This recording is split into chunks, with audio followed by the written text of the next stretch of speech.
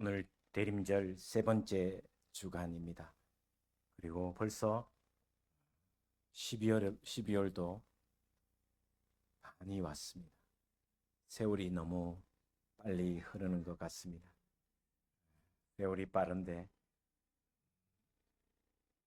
어떻게 지나왔는지 정신이 없이 지나온 것 같기도 하고, 특별히 12월 3일 이후에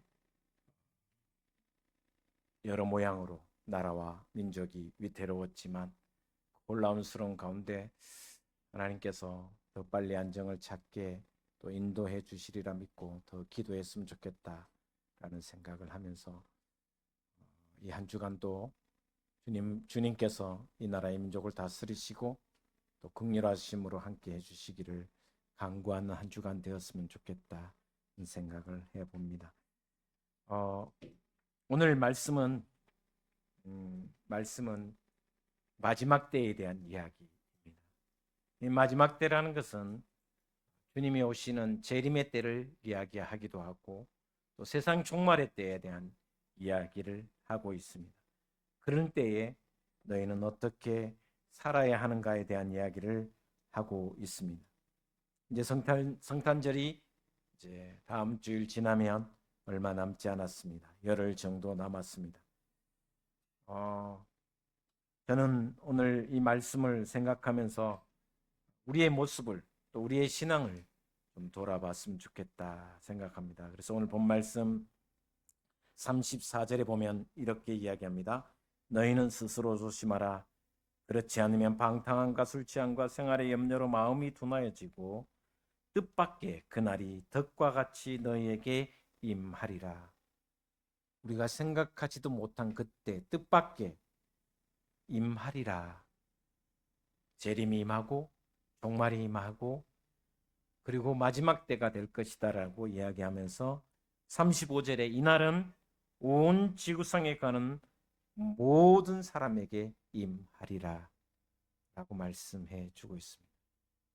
종말이 또 지구의 마지막이 또 우리 세상의 마지막이 주님 재림하시는 그날이 덕과 같이 뜻밖의 생각지도 못한 그때에 오리라라는 말씀.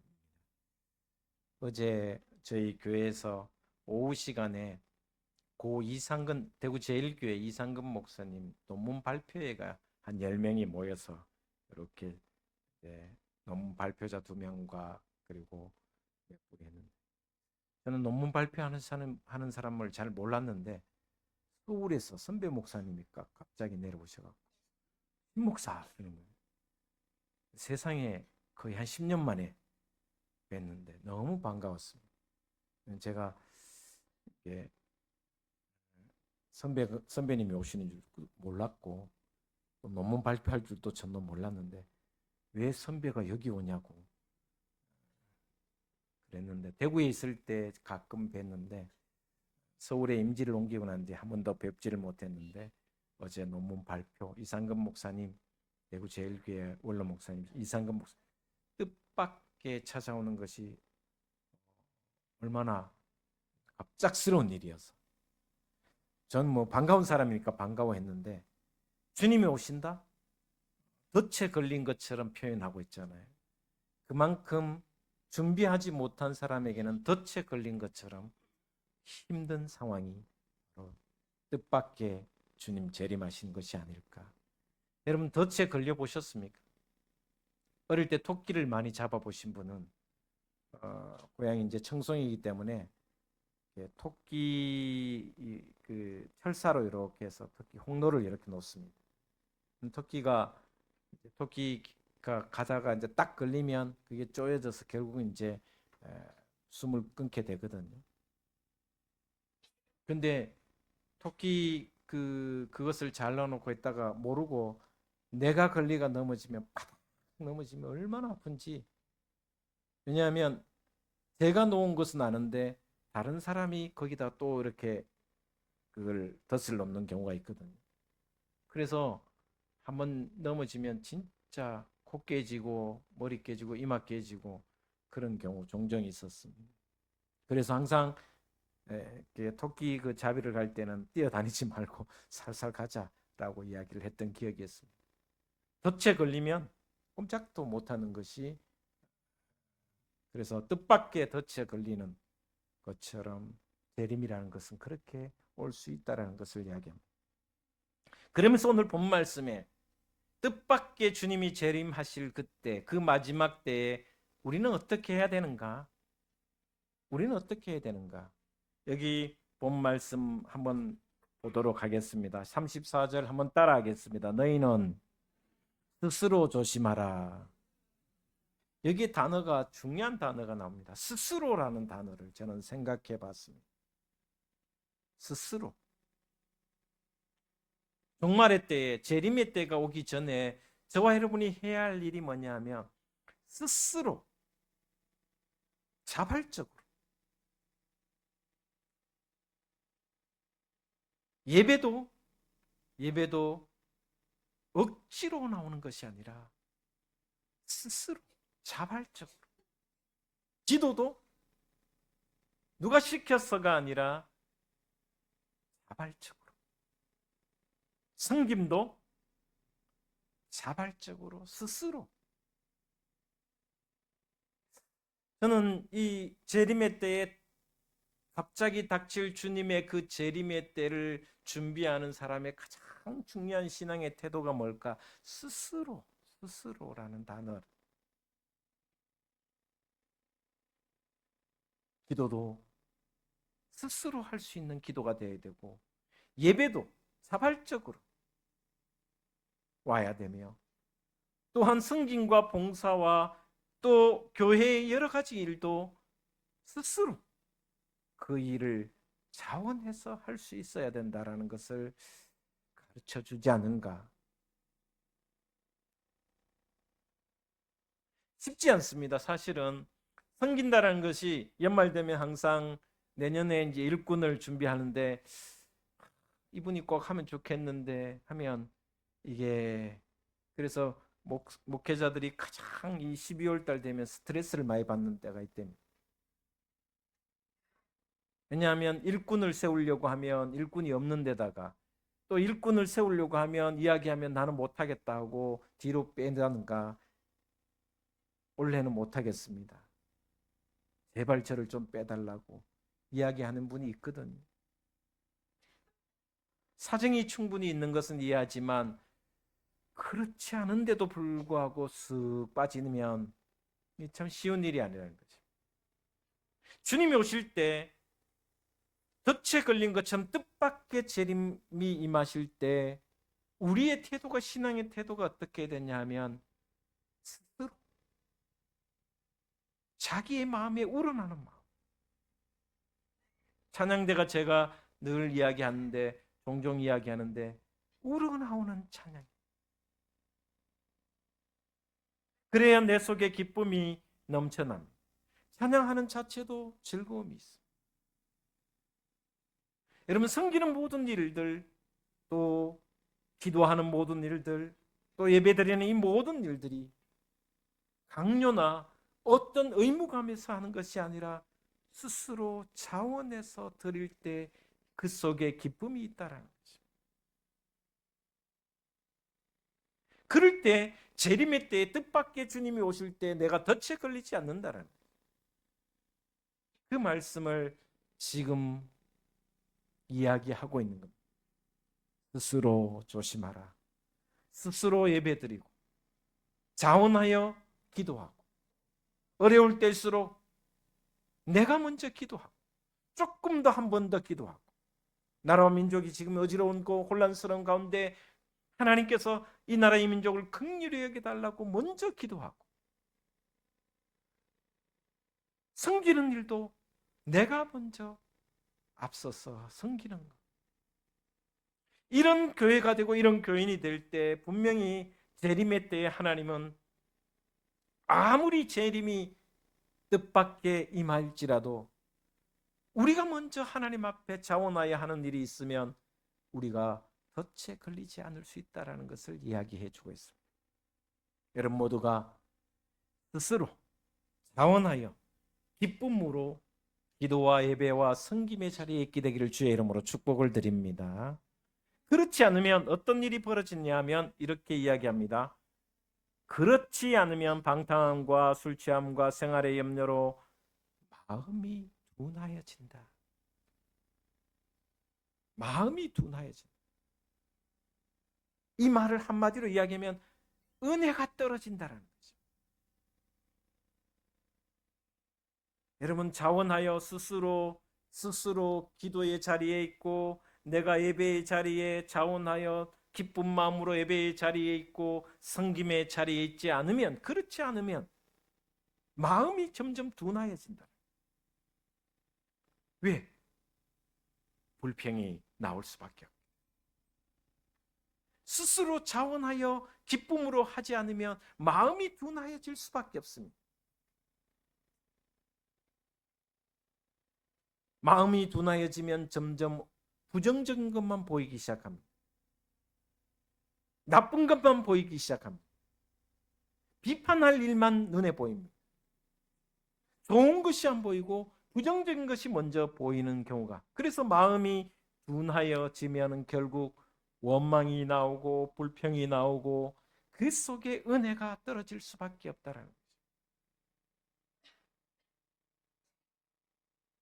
그러면 그렇게 마음이 둔하여지고, 어떤 의미에서 보면 저는 이 말씀을 개인적인 신앙의 생각을 해보면, 마음이 둔하여지면 그리고 불평과 불만이 쌓이게 되면 개인적인 신앙의 종말이 임한다. 뜻밖의 그날이 덕과 같이 너희에게 임하리라. 주님이 온 땅에 재림하시지 않아도 이미 마음으로부터 둔하여지고 신앙이 불평과 불만이 쌓이게 되면, 은혜가 떨어지면 결국은 내 마음의 신앙이 점점 퇴보하는 경우가 생긴다는 것을 이야기해요. 덫에 걸린다라고 이야기해 주고 있습니다. 연말입니다. 또 새해를 준비합니다. 여러분, 스스로 자원하여 어떤 일이든, 예배든 기도든 찬양이든 섬김의 일이든 자원하여 기쁨으로 할 때 여러분의 마음이 둔하여지지 않고 주님이 오신 날에 오히려 두 팔 벌려 찬양하는, 두 팔 벌려 영광을 돌리는 그런 신앙의 삶이 되기를 주 예수 그리스도의 이름으로 축원을 드립니다. 이것이 오늘 주님께서 우리에게 명령하신 말씀입니다. 이날은 온 지구상에 가는 모든 사람에게 임하리라 라고 이야기하고 있습니다. 그러면서 한 가지 더 이야기하고 있습니다. 36절 말씀 우리 천천히 한번 봉독하겠습니다. 36절 보겠습니다. 시작. 이러므로 너희는 장차 올 이 모든 일을 능히 피하고 인자 앞에 서도록 항상 기도하며 깨어있으라 하시니라. 아멘. 내게 주어진 일을, 내게 맡겨진 일을 스스로 자원하여 기쁨으로 감당하고, 예배의 자리든 기도의 자리든 또 어떤 것이든 자원하여 스스로 하는 것과 함께, 또 더 적극적인 것이 뭐냐? 오늘 본 말씀에 이렇게 마지막 때에, 종말의 때에, 주님 오실 그때에 깨어 있으라. 깨어 있으라. 항상 기도하며 깨어 있으라.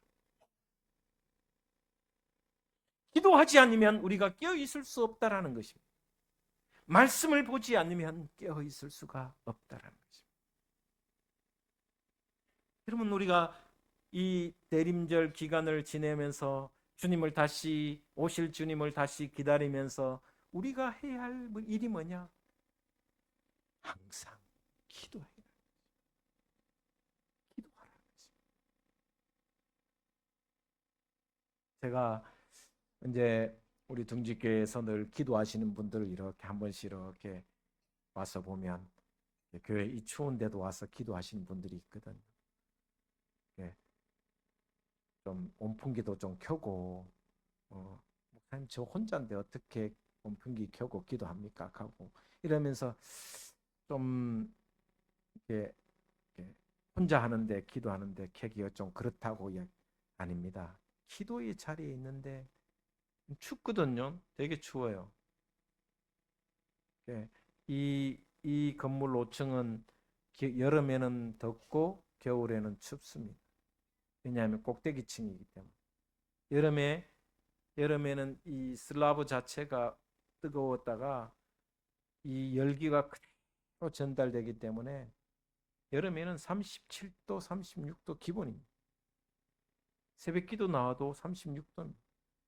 겨울 되면 10도, 12도까지 뚝 떨어집니다. 그러면 제 방에도 이제 새벽기도 이제 제가 좀 전기세 아끼려고 큰 거 안 틀어놓고 작은 거 틀어놓고 하려고 하면 12도에서 15도까지 올리는데 예배 다 끝나고 기도 다 끝나고 이제 1시간 후쯤 되면 이제 15도 돼요. 그만큼 춥습니다. 그래서 혹시 기도하러 오실 때 온풍기 트세요. 따뜻하게 해서 기도하죠. 감기 걸리는 것보다 더 낫습니다. 기도하시는 분들의 모습을 보면서 제가 정말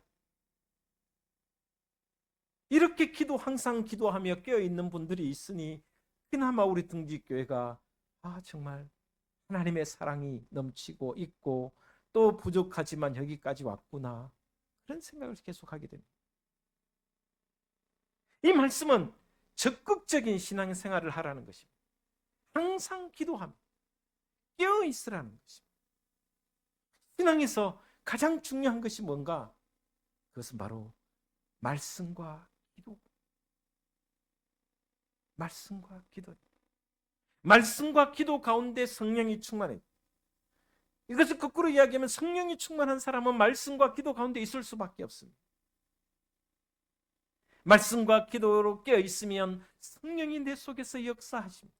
능력으로 베풀어 주신다는 거죠. 성령이 내재해 계시면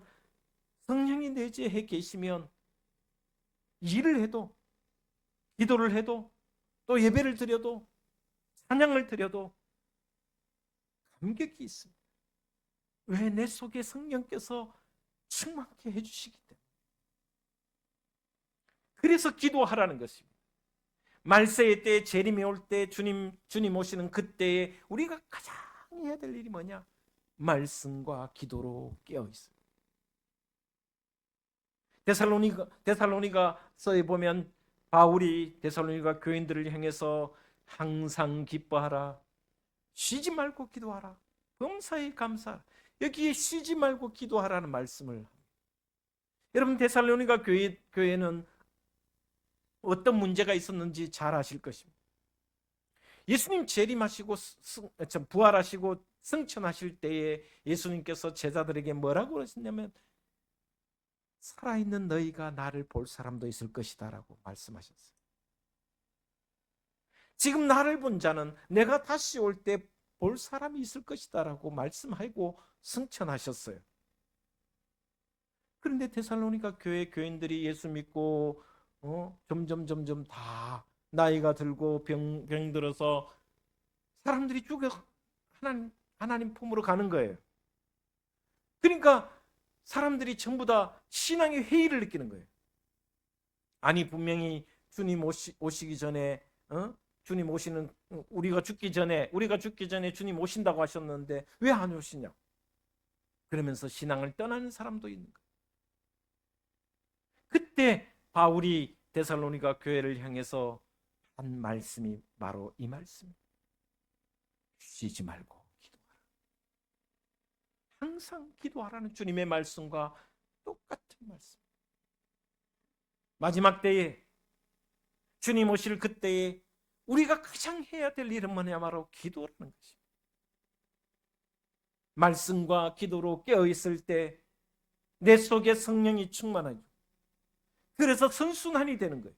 내가 성령이 충만해지면 다시 기도의 자리에 있고 말씀을 묵상할 수밖에 없습니다. 그러나 기도가 쉬엄쉬엄 띄엄띄엄 그러면 말씀도 띄엄띄엄 그러면 성령께서도 띄엄띄엄 역사하시는 거예요. 아니, 성령께서는 주무시고 계실 수도 있습니다. 내가 깨어있지 않으면, 내가 말씀과 기도로 깨어있지 않으면 성령은 역사하지 않는다를 오늘 주님께서 말씀하십니다. 장차 올 이 모든 일 가운데 너희가 해야 할 일이 뭐냐? 항상 기도하며 깨어있으라. 여러분, 나라와 민족이 위태롭습니다. 지난 주일날 제가 주일을 여기서 성수하지 못하고 다른 교회에서 성수했습니다. 지난 주간 생각해 보면 두렵고 떨리는 마음이 있었습니다. 불안한 마음도 있었습니다. 그러나 기도의 자리에 있어요.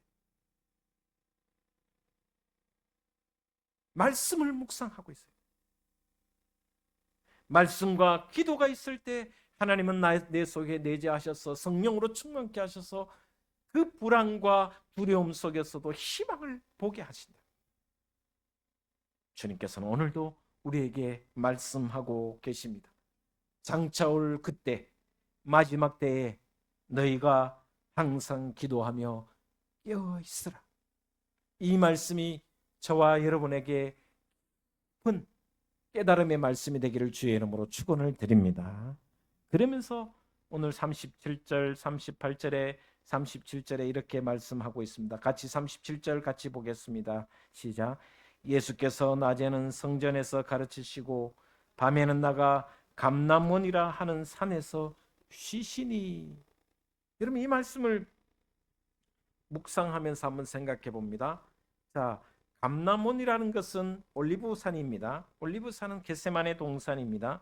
근데 성전에서, 예루살렘 성전에서 가르치시고 난 뒤에 밤에는 뭘 했냐면 감람원에서 쉬었다라고 했습니다. 여러분, 쉬었다라는 말을 단순히 그냥 육신이 쉬었다라는 것이 아닙니다. 언제나 주님은 감람산, 겟세마네 동산은 기도하는 것이고 그 기도를 기도로 쉬는 것입니다. 예수님께서는 자신이 모범을 보여주셨습니다.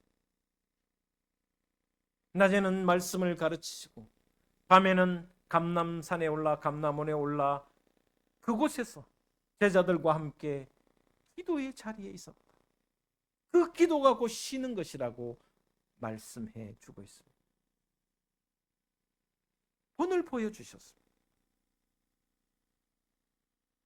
그 기도가 있었기 때문에 놀라운 일이 벌어집니다.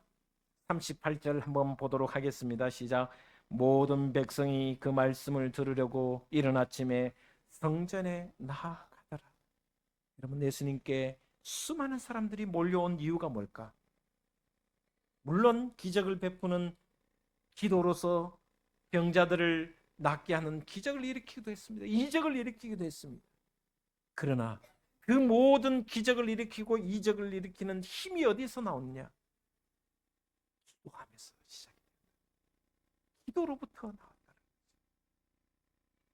기도는 하나님의 능력입니다. 기도는 하나님의 은총입니다.